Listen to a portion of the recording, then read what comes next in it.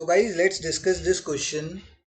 Question is, the Indian government imposed heavy taxes on commodity to reduce its consumption by the public. अब यहाँ पर ना heavy taxes मुझे समझ आ गया है, बट ये कंजम्पशन का मतलब समझना है मुझे. तो here consumption refers to the total expenditure by the public. ये मतलब है यहाँ पर. तो मुझे ये फर्स्ट स्टेटमेंट समझनी है.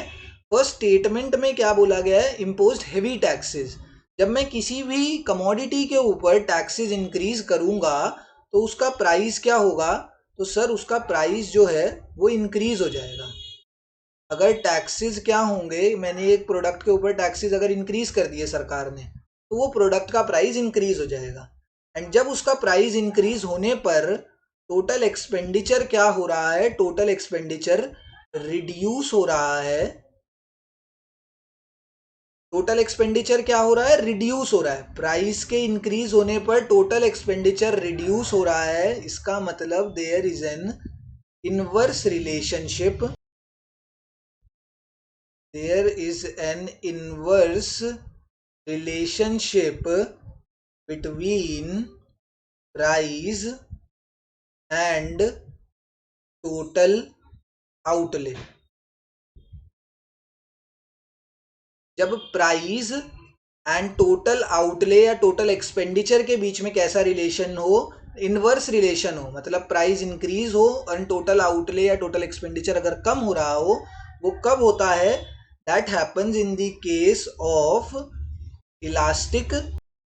That happens in the case of elastic demand. Elastic demand का मतलब क्या?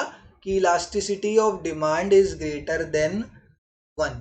ये हमने साफ साफ पढ़ा हुआ है कि जब प्राइस एंड टोटल एक्सपेंडिचर के बीच में इनवर्स रिलेशन होगा तब हमें क्या देखने को मिलेगा?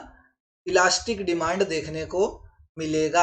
हमें नीचे की लाइन हमें पढ़ने की जरूरत ही नहीं है, क्योंकि फर्स्ट लाइन से ही चीज क्लियर है कि हेवी टैक्सेस की वजह से क्या होगा? Price increase. And price increase होने की वजह से जो कंजम्पशन है, that is the total expenditure of the public, वो रिड्यूस हो रहा है. ठीक है, तो प्राइस इंक्रीज होने की वजह से जब एक्सपेंडिचर रिड्यूस हो तो वो इलास्टिक डिमांड के केस में होता है.